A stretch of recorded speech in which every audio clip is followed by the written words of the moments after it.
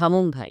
আপনি কি মাঝে মধ্যে YouTube ভিডিও দেখতে গিয়ে অন্য কিছু ভাবা শুরু করে দেন? তাহলে দোষটা TikTokকে দেয়া সহজ। কিন্তু আসল সমস্যা আমার আর আপনার মাথার মধ্যেই রয়েছে। আমি নিজেই একদিন ১৩ টা ভিডিও দেখা শুরু করেছিলাম। কিন্তু একটা ভিডিও দেখে শেষ করতে পারিনি। আশ্চর্যের বিষয় হলো তার মধ্যে একটা ছিল How to stay focused। গবেষণায় দেখা গেছে মানুষের attention span এখন গোল্ডফিশের চেয়েও কমে গেছে। গোল্ডফিশের হচ্ছে ৯ সেকেন্ড আর মানুষের আপনার ব্রেইন মাঝে মধ্যে হ্যাং করে যায় না? এখন এটা স্বাভাবিক। আপনি যখন দিনে ৫ মিনিটে ২০ টা রিলস দেখে ফেলেন, তখন আপনার ব্রেইন ভাবে সবকিছুই তো ইনস্ট্যান্ট। কিন্তু জীবন আসলে একটা লোডিং স্ক্রিন। আপনি নিজেই নিজের ব্রেইনকে ট্রেন করছেন মনোযোগ না দেওয়ার জন্য। এখনকার মানুষ সিনেমার ১০ মিনিট গেলে ভাবে, এখনো তো প্লট শুরুই হয়নি। ভাই, এটা সিনেমা।